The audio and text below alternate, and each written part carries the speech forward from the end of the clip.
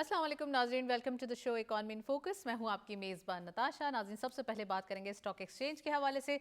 आज के दिन हम कह सकते हैं मार्केट में स्टार्टिंग ऑफ द वीक है और साथ साथ थोड़ा सा एक बाइंग अपॉर्चुनिटी से हट के थोड़ा सा एक प्रॉफिट बुकिंग को ज़्यादा ग्रैप करते हुए मार्केट दिखाई दी। हालांकि मार्केट ओपनिंग साइड पे एक अच्छे नंबर्स के साथ थी, फिर इंटरडे हाई भी बना 1,74,000 का। इट मीन्स के मार्केट अपने दोबारा ट्रैक पे आ चुकी है। जब अगर हम बात करें इंटरनेशनल सर्कमस्टेंसेस की, तो यहाँ पर जब रीजनल और एक कनेक्टिविटी के हवाले से काफ़ी सारी चीज़ें हो रही हैं, पीस टॉक्स के हवाले से बात हो रही है, पाकिस्तान की मीडिएशन का रोल दोबारा वाज़ेह तौर पे पूरी दुनिया को दिखाई दे रहा है। वहीं मार्केट ने भी इसी तरीके से एक कैप्चर की, अच्छी अप्रोच की और साथ साथ एक अच्छे गेंस के साथ मार्केट का क्लोजर 1,72,000 की तरफ रहा। लेकिन जो एक सस्टेनेबिलिटी थी या फिर जो हम कह सकते हैं इंट्राडे हाई की तक जो एक अप्रोच थी, उसको मार्केट सस्टेन ना रख सकी और थोड़ी सी प्रॉफिट टेकिंग हुई, जिसकी वजह से 1700 अबव पॉइंट्स का डिक्लाइन देखा गया। आज के दिन हम ये भी कह सकते हैं कि इंटरनेशनल ऑयल प्राइसेस की भी बड़ी एक अच्छी न्यूज़ है हमारे पास, वो ये कि उसमें भी गिरावट देखी जा रही है और दोनों ही जो प्राइसेस हैं वो $100 से नीचे आ चुके हैं। तो तकरीबन $88 एंड $94-95 के स्पैन में WTI एंड ब्रेंट क्रूड जो है वो ट्रेड कर रहा है। इट मीन्स के तमाम जो इंटरनेशनल एक्टिविटीज़ हैं वो भी डायरेक्टली इंपैक्ट करेंगी इकोनॉमी के पॉइंट ऑफ व्यू से हमारी स्टॉक एक्सचेंज को। साथ साथ हम बात करेंगे कारोबारी हफ्ते के दौरान जो कि स्टॉक एक्सचेंज की पोजीशन रही है, जिस तरीके से आज का आगाज़ हुआ है, उसके हवाले से डिटेल डिस्कशन करेंगे। साथ साथ हम बात कर रहे हैं जो हमारे इकोनॉमिक इंडिकेटर्स हैं उनके हवाले से। जब हमने देखा कि governor state bank Jamil Ahmad साहब ने ये जो एक एक्सप्लेनेशन दी या डेलिनिएशन दी, तो उसके अंदर हमने देखा कि काफ़ी हद तक जो इकोनॉमी के हवाले से एक्सपेक्टेशंस थी उसके बरक्स एक बहुत अच्छी तेज़ी देखी गई है। तो ये एक बहुत ही पॉजिटिव बयान है जो गवर्नर स्टेट बैंक साहब की जानिब से सामने आया है, जिसमें उन्होंने बताया कि किस तरीके से इंडिकेटर्स जो है वो काफ़ी स्ट्रॉन्ग पोर्ट्रे कर रहे हैं। चाहे हम LSM की ग्रोथ की बात करें या हम इन्फ्लेशन के हवाले से देखें या हम देखें कि किस तरीके से हमारे पास डेली बेसिस पे जो चीज़ें चेंजेस हो रही हैं, इकोनॉमिक एक हम कह सकते हैं कि जियो पॉलिटिक्स इम्पैक्ट दे रही है, वो भी ज़्यादा जो है वो हमारी इकोनॉमी को हम कह सकते हैं फ्रेजाइल नोट पे नहीं देख रहा। तो इट मीन्स कि हमारी जो चीज़ें हैं वो इंटैक्ट दिखाई दे रही हैं और तवक्कुआत से ज़्यादा एक पॉजिटिव ट्रेजेक्टरी परफॉर्मेंस की तरफ जा रही हैं। तो आज हम ये डिटेल डिस्कशन करेंगे। साथ साथ आपको FDI के हवाले से बताएं। FDI के हवाले से गुड न्यूज़ हैं, ये एक ज़बरदस्त हमारे पास अप्रोच देखी गई है। तकरीबन 220 कंपनीज जो हैं उन्होंने रजिस्ट्रेशन कराई है और ये जो ड्यूरेशन है ये सिर्फ 3 मंथ्स का ड्यूरेशन है, जिसके अंदर 220 कंपनीज जो है वो पाकिस्तान आई हैं और पाकिस्तान अपने कारोबार को, नए कारोबार को इंट्रोड्यूस करवा रही हैं। तो इंटरनेशनली यानी कि हम बात करें फॉरेन डायरेक्ट इन्वेस्टमेंट के हवाले से, तो ये एक बहुत अच्छा नंबर है, बड़ा नंबर है। और इसके अगर हम देखें कि इसके क्या ट्रिकल डाउन इम्पैक्ट हो सकते हैं, तो यकीनन आने वाले दिनों में आप देखेंगे कि किस तरीके से जो फॉरेन कंपनीज पाकिस्तान आ रही हैं, अपनी FDI ला रही हैं, इसका इम्पैक्ट बहुत अच्छा आएगा। तो ये सरमायाकारों की दिलचस्पी है जो पाकिस्तान की मार्केट पे, पाकिस्तान की जो मंडियां हैं उन पे दिखाई दे रही है। तो आज हम इसके हवाले से बात करेंगे और आपको बताएं कि UAE को पाकिस्तान ऑलरेडी $2 बिलियन कर्ज वापस कर चुका है। तो ये एक बड़ा ही खुशाइन कदम है कि किस तरीके से पाकिस्तान अपनी जो लोन की रीपेमेंट्स है उनको टाइमली, बल्कि टाइम से पहले ही जो है वो अदा कर देता है और इस तरीके से जो है वो हमारे पास जो हमारे रिजर्व्स हैं वो एक अच्छे और बेहतर कंडीशन में दिखाई दे रहे हैं। इससे पहले आपको याद होगा लास्ट वीक भी सऊदी अरब की जानिब से $3 बिलियन भी हमारे पास आ चुके हैं। तो रिजर्व्स हमारे मुस्तहकम हैं और हमारे पास एक अच्छा इंपोर्ट कवर मौजूद है। आज इसके हवाले से डिटेल डिस्कशन करेंगे। हमारे साथ गेस्ट मौजूद होंगे ओवर जूम, मोहम्मद अकमल साहब, वो भी ज्वाइन, आप इकोनॉमिस्ट भी हैं, एनालिस्ट भी हैं। उससे पहले हम देखते चलते हैं, हमारे पास कुछ हाईलाइट्स मौजूद हैं स्टॉक एक्सचेंज के हवाले से। आज की मार्केट की परफॉर्मेंस क्या रही और किस तरीके से मार्केट के वॉल्यूम्स जनरेट हुए। Let's have a look on screen कि आज की स्टॉक एक्सचेंज की पोजीशंस क्या क्या हैं।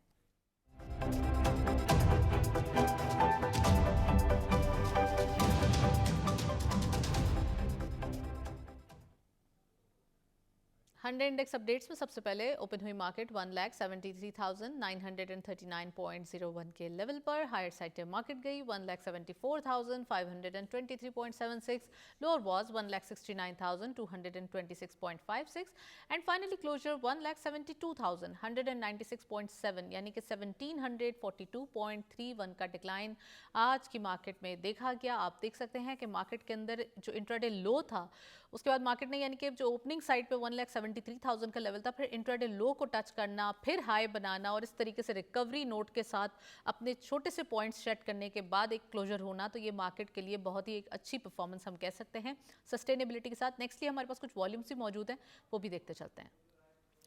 वॉल्यूम्स में आप थोड़ा सा मिक्स ट्रेंड देख रहे हैं। बैंक ऑफ पंजाब इस लिस्ट को लीड कर रहे हैं 0.41 के डिक्लाइन के साथ, 36.6 पे क्लोजर, 120.85 मिलियन शेयर्स ट्रेड किए गए। एक अच्छे वॉल्यूम्स आप देख सकते हैं सिंगल स्क्रिप्ट के अंदर देखे जा रहे हैं। यूनिटी सेकंड स्कोर पे 1.04 का इजाफा देखा गया, हेफ्टी गेन है ये। 11.4 पे क्लोजर, 92.47 मिलियन शेयर्स ट्रेडेड के इलेक्ट्रिक थर्ड स्कोर पे 0.32 का डिक्लाइन, 7.89 पे क्लोजर, 85.68 मिलियन ट्रेड किए गए। WTL फोर्थ स्कॉट पे 0.08 का डिक्लाइन देखा गया, 1.42 पे क्लोजर रहा, 59.97 मिलियन शेयर्स का कारोबार रहा।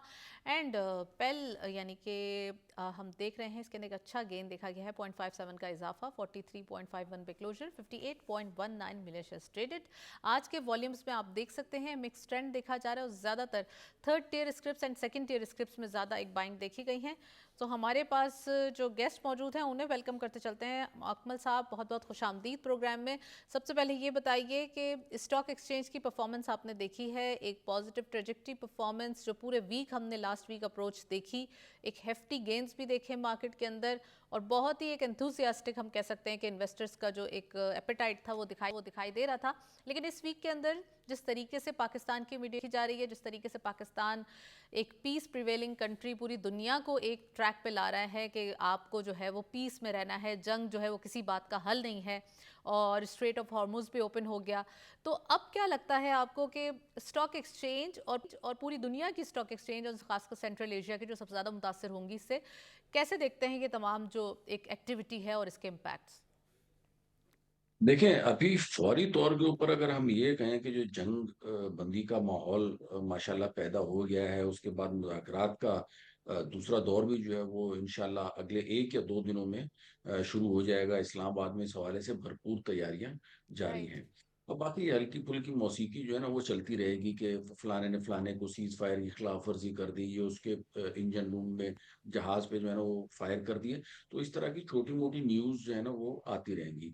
ओवरऑल अगर मैं परफॉर्मेंस की बात करूं स्टॉक मार्केट, तो पाकिस्तान की जो स्टॉक मार्केट है that was one of the world best performing market just right. Before war. अब उसके बाद जब जंग हुई है तो जंग ने तो सारी की सारी मार्केटों का सत्यानाश किया। उसमें हमारी मार्केट, मैं तो ये समझता हूँ कि स्टिल जो है ना ये अच्छा रिएक्ट करती है। इवन अगर एक छोटी सी भी बड़ी या अच्छी न्यूज आती है तो उसको बड़ा पॉजिटिवली हमारे जो इन्वेस्टर्स हैं उसको वेलकम करते हैं और उसका इम्पैक्ट जो है वो हमारी स्टॉक मार्केट में नजर आ रहा होता है। आप देखिए डे बिफोर जो लास्ट जो क्लोजर था फ्राइडे का, उसमें माशाल्लाह एक अच्छे एंड के ऊपर जो है ना वो चीजें क्लोज हुई हैं। और आज भी अगर 1500 पॉइंट की जो है ना वो कमी आई है तो it's not a big deal, या इट इज रिकवरेबल और बड़ी आसानी से हो जाएगी ये रिकवर। दुनिया भर की जो स्टॉक मार्केट है वो इसके मुकाबले में देखा जाए इन टर्म्स ऑफ परसेंटेज तो वो इससे ज्यादा जो है वो गिरी है। अभी भी आप देखें जो ऑयल की प्राइस है वो $80 $82 के ऊपर होते होते दोबारा से 90s में जो है वो आ गई है। उसके बाद गोल्ड को आप देखें तो वो तो थोड़ा सा ग्रो कर रहा था, हेल्दी उसका साइन आ रहा था, वो थोड़ा सा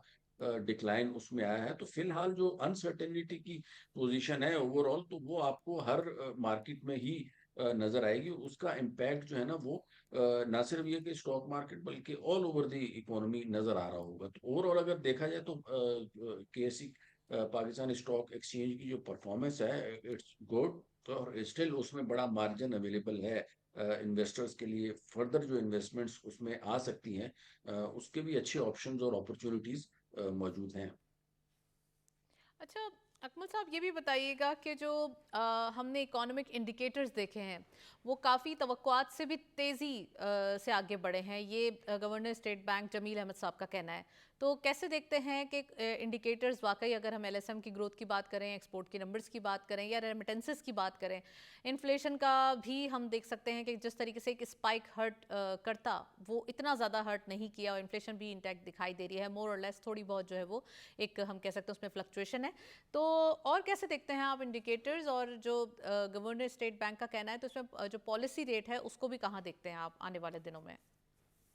देखिए ओवरऑल जो अगर इकोनॉमिक इंडिकेटर्स की मैं बात करूं तो अगेन मैं यही कहूंगा कि हमें जो है ना वो जंग से जो पहले की जो पोजीशन है फिलहाल हमें उसके ऊपर ज्यादा फोकस करना चाहिए। और यही चीज जो है ना वो गवर्नर साहब ने भी बताई है कि जी जंग से पहले तक जो हमारा इन्फ्लेशन के नंबर्स थे वो बेहतर थे। इसी तरीके से जो हमारे जो फॉरेन रिजर्व्स थे करंट अकाउंट के हो गए तो वो भी गुड नंबर्स थे, $16 बिलियन के करीब पहुंच गए थे। मजीद उसमें इस्तेकाम जो है वो ऑब्जर्व किया जा रहा है। और सबसे जो की इसमें ऑब्जर्वेशन है that is large scale manufacturing जो तकरीबन 5% के हिसाब से ग्रो कर रही थी। जीडीपी ग्रोथ की जो प्रोजेक्शन थी वो तकरीबन 4% प्लस पे जा चुकी थी, तो बहुत ही जबरदस्त था। और अभी भी ये जो 2-3 महीने ज़ाहिर है जून में जो है ना ये ईयर एंड हो जाएगा तो स्टिल जीडीपी जो हमारा ग्रोथ है वो 3% से ऊपर ही रहेगी। हाँ ठीक है, वक्ती तौर पे सीपीआई में जो है ना वो इम्पैक्ट आएगा। उसकी वजह ये है कि सीपीआई का जो सबसे मेन कंपोनेंट है दैट इज ऑयल,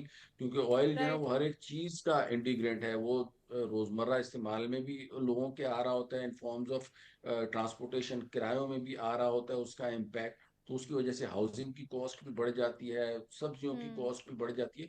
तो उसको सीपीआई को बड़ा मतलब बैडली इम्पैक्ट करता है। और वो हमने देखा इसके बाद जो तकरीबन 7.5% के ऊपर जो है वो आया है। लेकिन जिस तरीके से हालात चेंज होते जा रहे हैं, आगे पॉजिटिविटी की उम्मीदें बढ़ती जा रही है, तो ये वापस जो है वो कंट्रोलेबल लिमिट में आ जाएगा। अदरवाइज जो है वो इससे पहले हमारी जो फाइनेंशियल पोजीशन थी उसको ब्लूमबर्ग हो गया, एसएनपी हो गया, मूडीज हो गया, इन सब ने हमारी रैंकिंग को भी जो है वो क्रेडिट रेटिंग है उसको अपवर्ड किया है। तो ओवरऑल जो है ना इसकी अगर मैं बात करूं कि हमारी क्रेडिट रेटिंग भी बेहतर है, हमारे रिजर्व्स की पोजीशन भी कोई इतनी जो है वो बुरी नहीं है। इसी तरीके से अगर बात की जाए हमारा जो इन्फ्लेशन था दैट वाज इन कंट्रोल।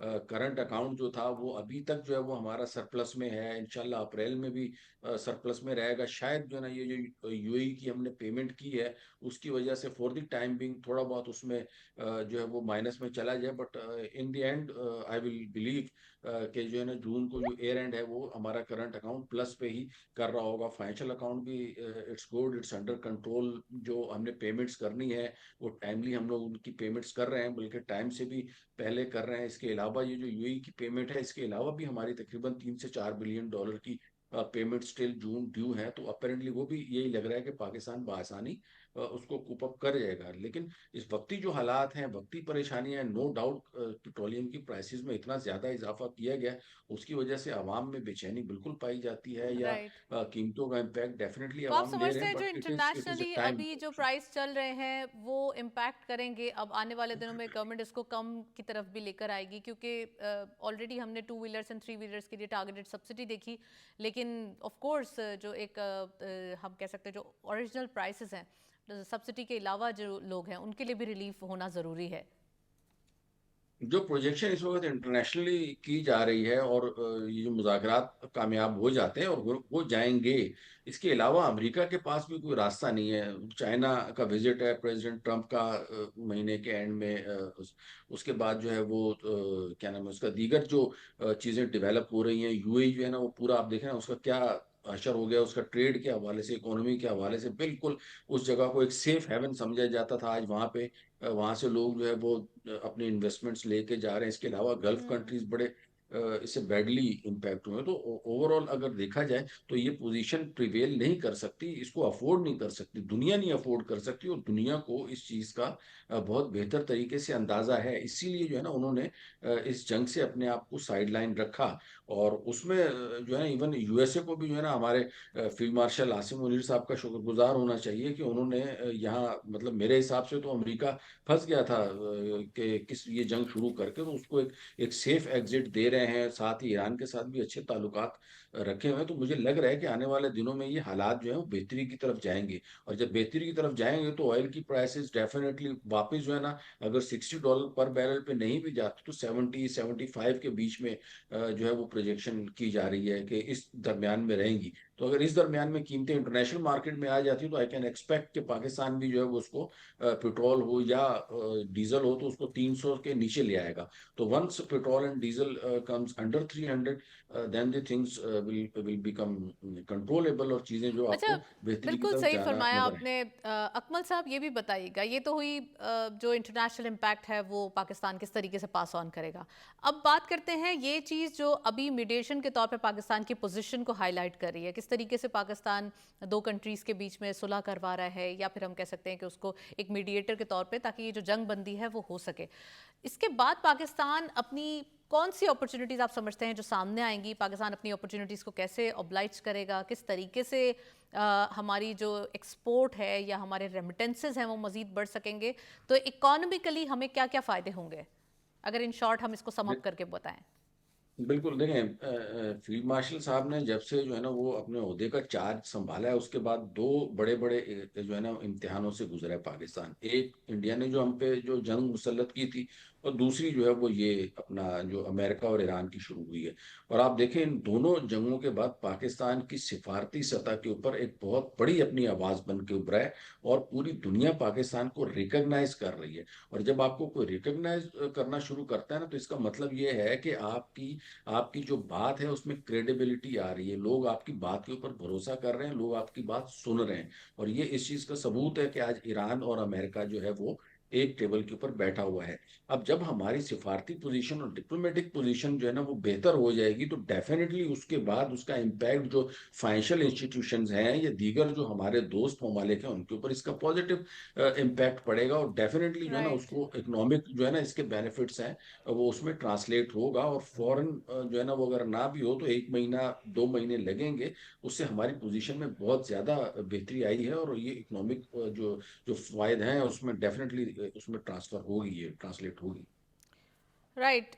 अच्छा, ये भी बताइएगा, जब आपने बताया कि हम देख रहे हैं इंटरनेशनल वर्ल्ड इसे रिकग्नाइज कर रहा है, पाकिस्तान की जो एक क्रेडिबिलिटी है इसके बारे में बात कर रहे हैं, वहीं हमारे पास जो एफडीआई के नंबर्स आ रहे हैं, जस्ट इन 3 मंथ्स हमने देखा कि तकरीबन 220 कंपनीज ने रजिस्ट्रेशन करवाई है पाकिस्तान में।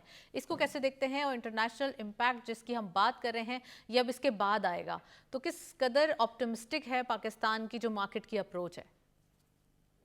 देखिए, जो 220 कंपनीज ने बेसिकली रजिस्ट्रेशन कराई है, ये वो कंपनीज है जिनके डायरेक्टर या वो कंपनी जो है ना फॉरेन हम्म। ओन्ड है, यानी उनके या तो डायरेक्टर्स दैट गैर मुल्की हैं या सारे एक या तमाम डायरेक्टर जो है ना वो गैर मुल्की हैं, विच मीन्स कि जो है ना Pakistan is going to attract the FDI. और सबसे खुशहाल बात उसमें ये है कि उसमें जो ज्यादा इन्वेस्टमेंट आ रही है वो आ रही है आईटी के शोबे में या जो सर्विसेज से रिलेटेड है, यही डिजिटल टेक्नोलॉजी से रिलेटेड, तो उसमें ज्यादा जो है वो कंपनीज आगे आ रही हैं। तो इसका मतलब ये है कि हमारे जो नौजवान हैं, जो हमारे जी। 60% से ज्यादा आबादी का हिस्सा है, they are contributing to our economy. तो ये हमारे लिए बड़ी खुशहाल बात है कि इसमें हमारी यूथ के लिए जो है ना वो एम्प्लॉयमेंट की अपॉर्चुनिटीज पैदा होंगी। नो डाउट कि इससे जो है वो हमारी जीडीपी ग्रोथ भी बढ़ेगी, लेकिन उसके साथ साथ जो हमारी यूथ इंगेज होगी, अनएम्प्लॉयमेंट का लेवल कम होगा, तो ये उसके लिए बड़ा जो है वो खुशहाल है। और एफडीआई की अगर बात कीजिए तो वैसे ही जो है ना वो बड़ी जरूरत होती है।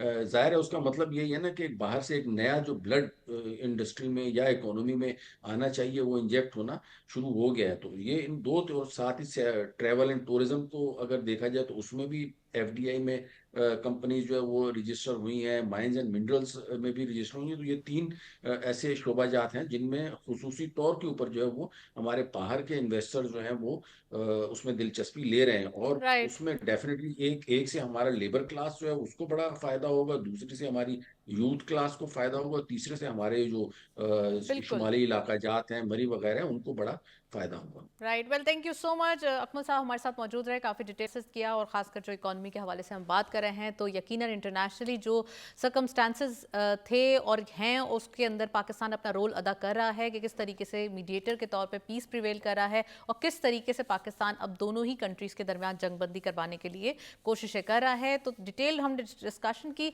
हमारे पास कुछ अपडेट्स मौजूद हैं कमोडिटीज़ के हवाले से। लेट्स हैव अ लुक कि आज की मार्केट में हमारे पास क्या क्या अपडेट्स हैं।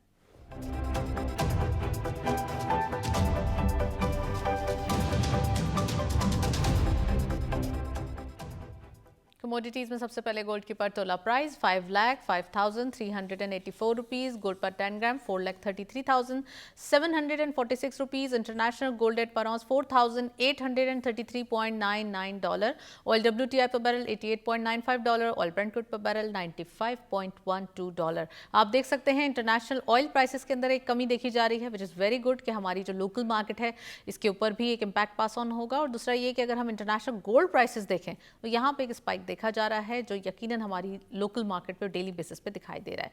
नेक्स्टली हमारे पास करेंसी अपडेट्स भी मौजूद हैं, देखते चलते हैं।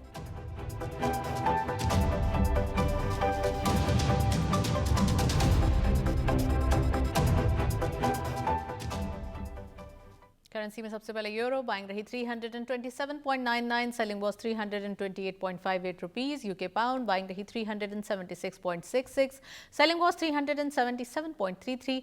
यूएस डॉलर बाइंग रही 278.85, selling was 279.35 rupees. And lastly Chinese on buying रही 40.9, सेलिंग वाज 40.97।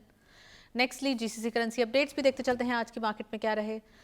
सऊदी रियाल सबसे पहले बाइंग रही 74.34 rupees, selling was 74.47। UAE dirham buying रही 75.93, सेलिंग वाज 76.06। कतरी रियाल बाइंग रही 76.49, selling was 76.63। And lastly Kuwaiti दिनार बाइंग रही 910.83, सेलिंग वाज 912.46। ये थे करेंसी अपडेट्स आज की मार्केट में। ये डिटेल्स आपने देखी। एक ब्रेक की जानिब चलते हैं, साथ रहिए।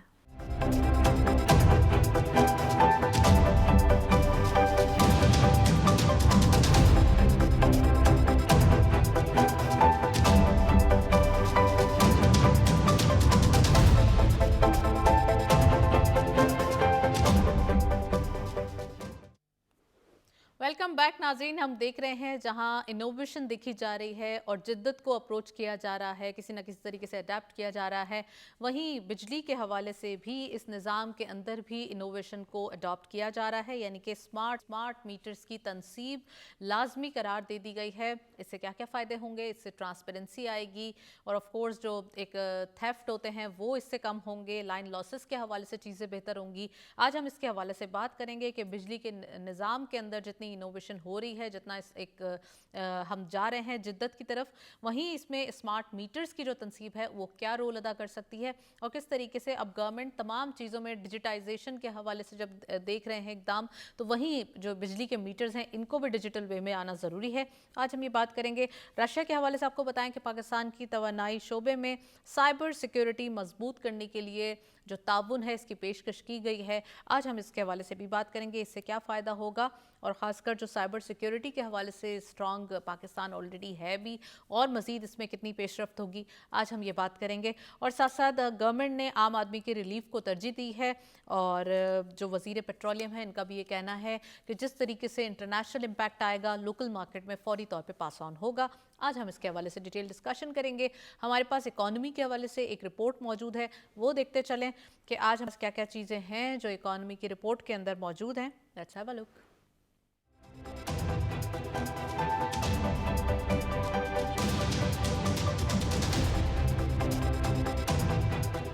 रूस ने पाकिस्तान को तवानाई के शोबे के बुनियादी ढांचे की साइबर सिक्योरिटी मजबूत बनाने में ताउन की पेशकश की है। ये पेशकश रूस के वजीर तवानाई की जानिब से पाकिस्तान के वजीर तवानाई को एक बाज़ाब्ता खत के जरिए दी गई, जिससे दोनों ममालिक के दरमियान बढ़ते हुए तवानाई और मुआशी ताउन का तसलसल करार दिया जा रहा है। ये पेशकश ऐसे वक्त पे सामने आई है जब दुनिया भर में अहम तनसीबात को बढ़ते हुए साइबर हमलों का सामना है। रूसी वजीर ने अपने खत में कहा कि तवानाई के शोबे को दरपेश साइबर खतरात दिन ब दिन पेचीदा होते जा रहे हैं, जिनसे निपटने के लिए मुश्तरका हिकमत अमली नागुज़ीर है। रूस ने तजवीज़ दी है कि दोनों ममालिक मिलकर एक जामे प्रोग्राम तरतीब दें, जिसके तहत पाकिस्तान के तवानाई के निज़ाम का जायजा लेकर उसकी साइबर सिक्योरिटी को बेहतर बनाया जाए। इस मकसद के लिए एक रूसी इदारे को भी शामिल करने की तजवीज़ दी गई है जो सनती साइबर सिक्योरिटी में महारत रखता है। तवानाई के शोबा इस ताउन में मरकजी हैसियत रखता है, जहाँ तेल, गैस, LNG और LPG के फराहमी के साथ साथ काबिल तजदीद तवानाई, पन बिजली और पानी के इंतजाम से मुतालिक टेक्निकल टेक्नोलॉजी पर भी बातचीत जारी है। पाकिस्तान और रूस के ताल्लुकात में हालिया बरसों के दौरान नुमाया बेहतरी आई है।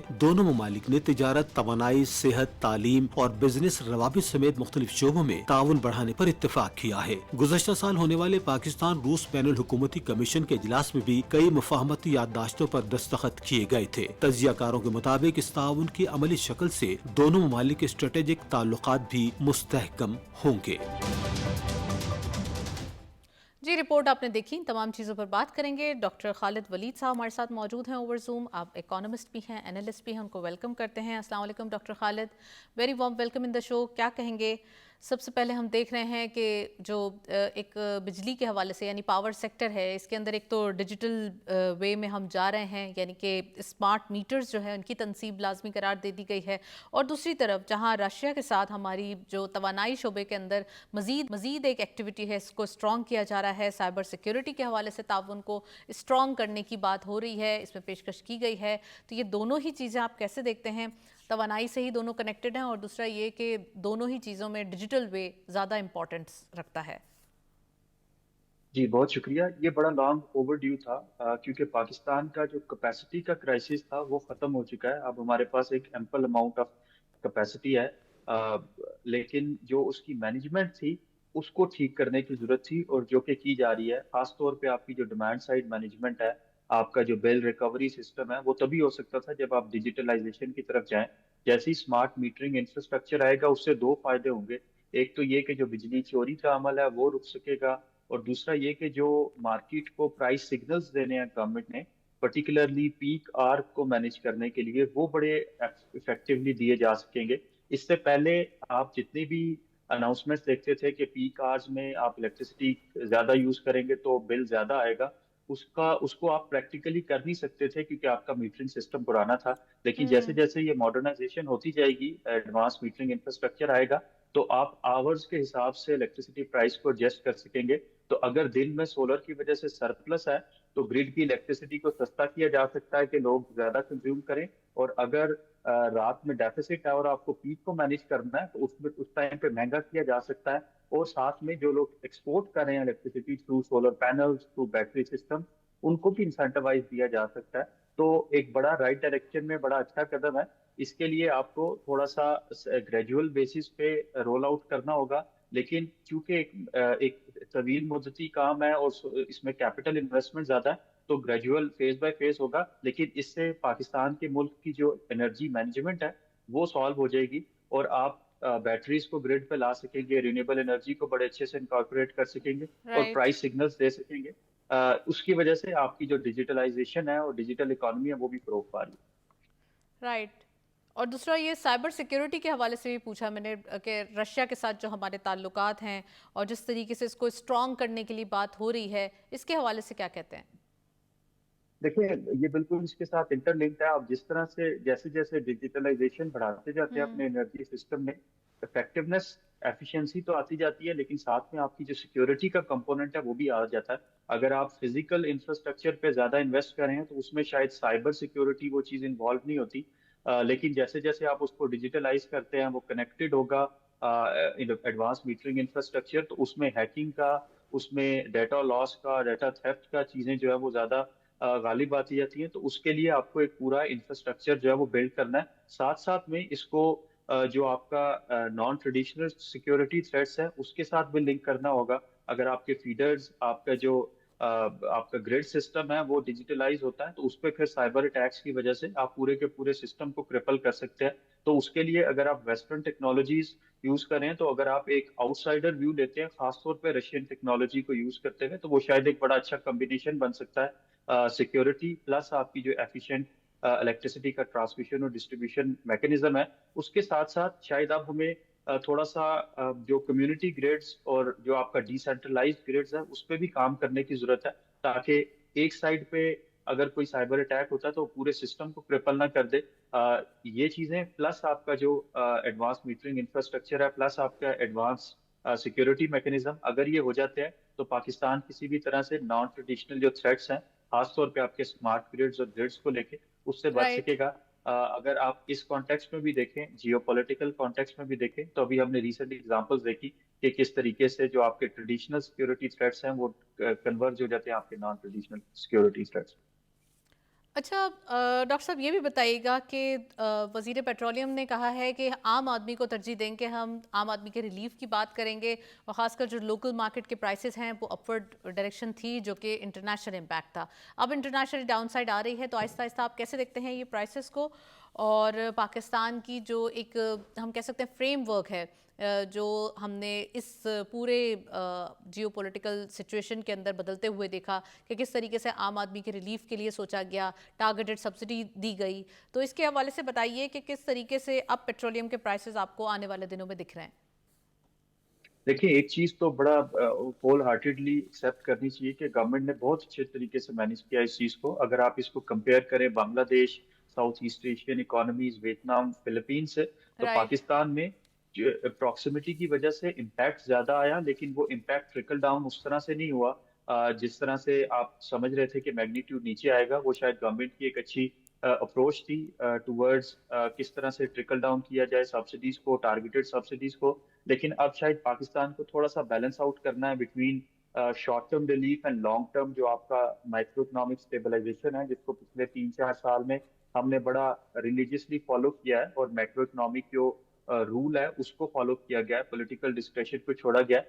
तो अब ये देखना होगा कि किस तरीके से आप अपने मैक्रो इकोनॉमिक पाथ पे रहते हुए लोगों तक ट्रिकल डाउन करते हैं। एक चीज जो मेरे मुताबिक कंटिन्यू रहनी चाहिए, वो ये जिस तरह से ब्लैंकेट सब्सिडीज को टारगेटेड सब्सिडीज में कन्वर्ट किया जा रहा है, इसको शायद पोस्ट वार भी टारगेटेड सब्सिडीज ही होनी चाहिए, ताकि वो लोग जो राइट। हकदार हैं उन्हीं को एनर्जी सब्सिडीज मिल रही हो, ना कि सभी लोगों को मिल रही हो। तो उससे क्या होता है कि आपके पास क्वेश्चन होता है और आप इन्वेस्ट कर सकते हैं रिन्यूएबल एनर्जी में, इलेक्ट्रिक व्हीकल्स में, इलेक्ट्रिक पब्लिक बसेस बिल्कुल में, बिल्कुल। पब्लिक ट्रांजिट सिस्टम में। तो उससे आपका एक लॉन्ग टर्म जो है वो सस्टेनेबिलिटी रहती है, पर्टिकुलरली एनर्जी सेक्टर। अच्छा, डॉक्टर साहब ये भी बताइएगा कि अगर लोन की रीपेमेंट्स के हवाले से हम बात करें तो हमारे पास ये हमने देखा कि इस बार जो इस वीक के अंदर कुछ चीज़ें चेंज हुई, लास्ट वीक भी हमने एक्टिविटीज़ देखी, उससे लास्ट वीक भी देखी, जहां हमारे पास सऊदी अरब की जानिब से $3 बिलियन रिजर्व में इजाफा देखा गया, वहीं हमारे पास जो यूएई की लोन की रीपेमेंट्स है वो कर दी गई टाइमली, बल्कि टाइम से पहले ही कर दी गई। तो इसे कैसे देखते हैं आप, $2 बिलियन ऑफ पेमेंट हमने जो की है? ये पाकिस्तान का जो पिछले 3-4 साल का जो फिजिकल डिसिप्लिन और मैक्रो इकोनॉमिक डिसिप्लिन चलता आ रहा था, जी। उसी की वजह से हम इस काबिल हुए कि हम जो है वो ये लोन रीपे कर सके, और ज्यादा आपके फॉरेन एक्सचेंज रिजर्व्स पे जो है वो प्रेशर ना आए। इसी फिजिकल डिसिप्लिन की वजह से आप आईएमएफ के साथ भी एक अच्छी पोजीशन में है कि आपको अगली ट्रांच भी अभी जल्दी मिल जाए, और सऊदी अरेबिया ने भी उसमें जो है वो आपके डिपॉजिट डाल के उसको स्ट्रेंथन किया है। साथ साथ में उस एनवायरनमेंट में जिसमें आपको लग रहा है कि आपके रेमिटेंसेस कुछ कम होंगे, सूरत हाल काफी जो है वो इंस्टेबिलिटी की तरफ जा सकती थी, लेकिन with right kind of intervention from monetary side, state bank की तरफ से, और right kind of response from government side into physical measure, मेरे ख्याल से पाकिस्तान एक अच्छी पोजीशन में है। अब इसको कैपिटलाइज करना है कि किस तरह पाकिस्तान अपनी अच्छी डिप्लोमेटिक पोजीशन को यूज कर सकता है फॉर फाइनेंशियल लेवरेज। अगर आप देखें तो अभी हमने रिसेंटली जो यूरो बॉन्ड्स इंट्रोड्यूस करवाए, पहले उनको आपने वापस किया और फिर नए इंट्रोड्यूस करवाए। अब अगर आप इसको चाइनीज मार्केट में ले जाते हैं पैंडा बॉन्ड्स की फॉर्म में, तो शायद पाकिस्तान डाइवर्सिफाई कर सकेगा अपनी फाइनेंशियल पोजीशन को, और जो इनफ्लोज है पाकिस्तान में, फॉरेन इनफ्लोज, वो ज्यादा अच्छे से आ सकते हैं। साथ में पाकिस्तान को जो आपके लॉन्ग टर्म सफिशिएंसी के लिए की तरफ जाना है और सस्टेनेबिलिटी की तरफ जाना है, वो आप ट्रेड के थ्रू कर सकते हैं। इस डिप्लोमेटिक लेवरेज को यूज करके पाकिस्तान नई मार्केट्स को एक्सप्लोर कर सकता है, पर्टिकुलरली आपकी बिल्कुल। जो अफ्रीकन मार्केट्स हैं, क्योंकि वो इस एनर्जी क्राइसिस की वजह से बड़ा डिस्प्रोपोर्शनेटली इम्पैक्ट हुए हैं। तो अगर पाकिस्तान अपनी फूड एक्सपोर्ट्स को उधर तक ले जाता है तो वो एक पॉजिटिव इम्पैक्ट होगा। राइट।